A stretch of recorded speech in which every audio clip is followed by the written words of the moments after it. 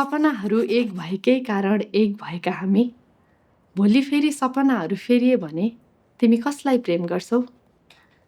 Hello everyone, नमस्कार, it's me Anurag. तपाईहरू हेर्दै हुनुहुन्छ वर्ड्स। तिमीलाई ऊ याद नआओस् भनेर मैले मेरा धेरै बानीहरू छाडेको छु। सायद तिमीले यादै गरेनौ।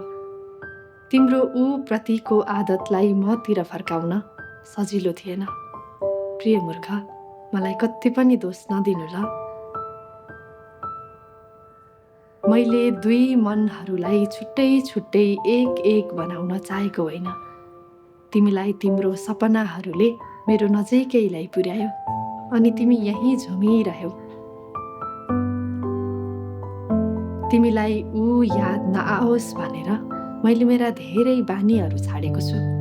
सायद तिमीले बिर्सियौ वा सम्झिन चाहेनौ। म चाहन्न कि म खुलेर हाँसेको देख्दा तिमीलाई उसको याद आओस्।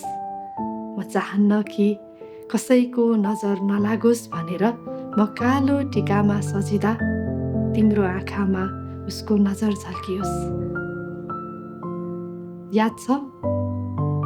तिमीलाई याद छ हामीले सङ्घर्ष गर्ने बहानामा एक कप चिया आधा आधा खाएका थियौँ।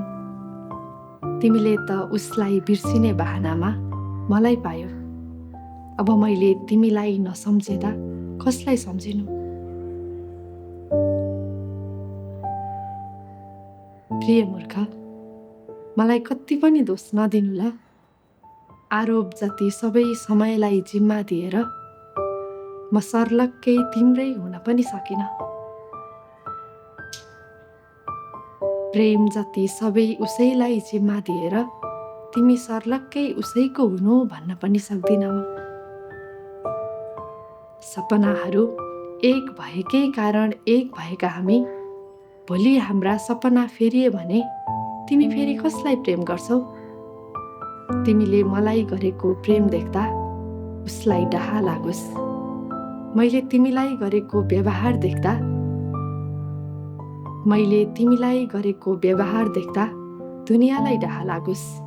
यसै सोच्दा लाग्छ तिमीलाई ऊ याद नआओस् भनेर मैले मेरा धेरै बानीहरू छाडेको छु। Thank you for watching. हामी अब हजुरसँग अर्को एपिसोडमा भेट्छौँ।